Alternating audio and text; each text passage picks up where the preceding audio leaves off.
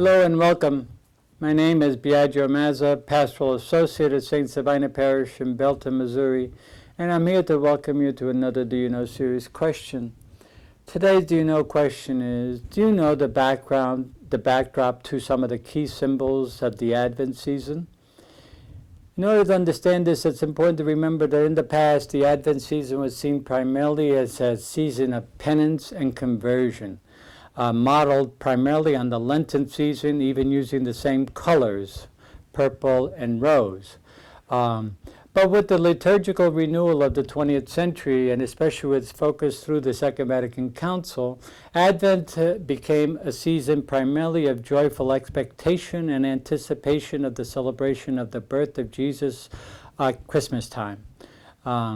And so, as a result of that, what we see Advent primarily as a season of attuning ourselves to the presence of Christ with us already and in celebration of his birth at Christmas.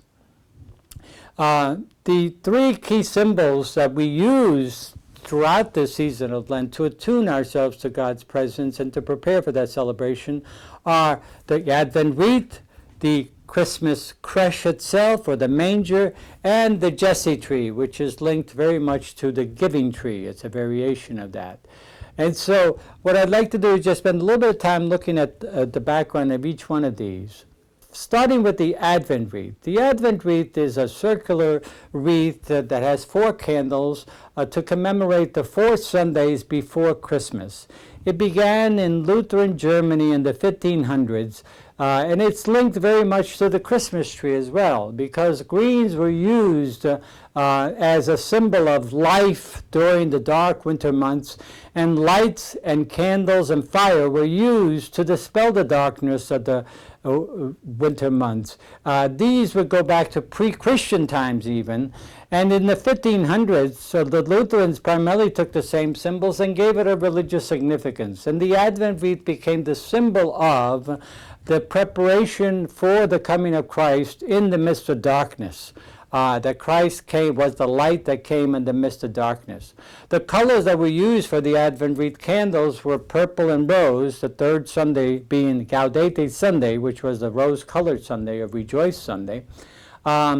Those colors became the symbols for the 4 Sundays, and they were lit for each one of the Sundays, and the purpose of those candles was to dispel the darkness. The color wasn't as important as the light, because the light was used to dispel the darkness, and so the religious significance that it took on was that we prepared for the coming of the Messiah in spiritual darkness, with the coming of the Messiah bringing light to our darkness and so on.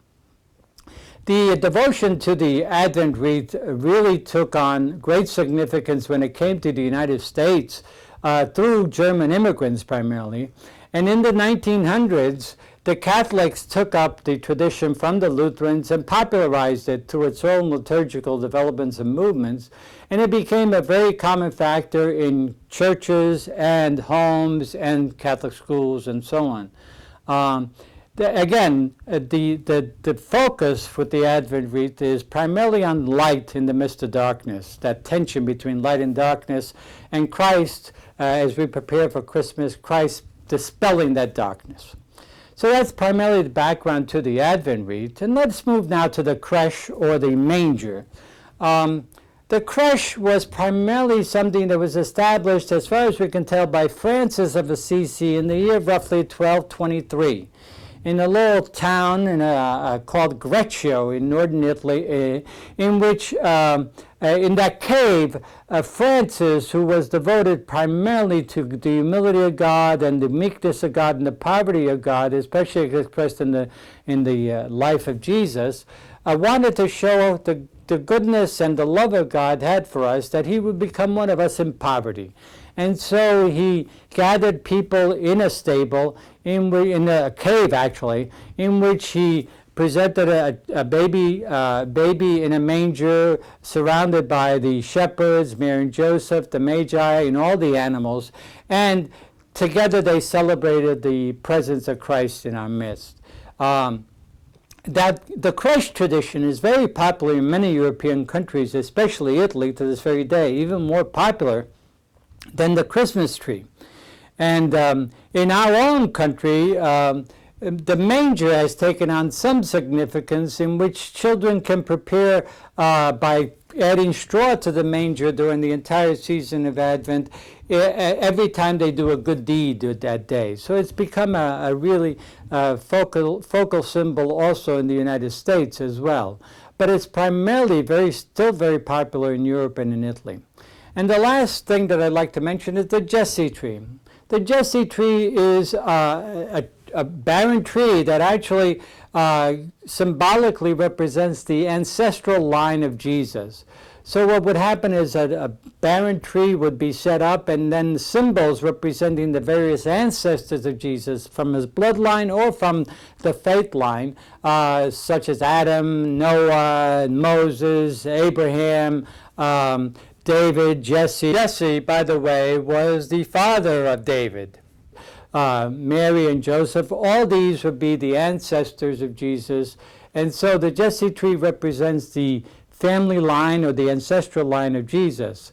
The giving tree is a variation on the Jesse tree, in which most parishes today would put up an empty branch and hang up tags that would have the gifts that many needy people were in need of, and each member of the parish would take a tag and buy the gifts for that particular person, and then they would return them to the parish and they would be distributed to people at Christmas time.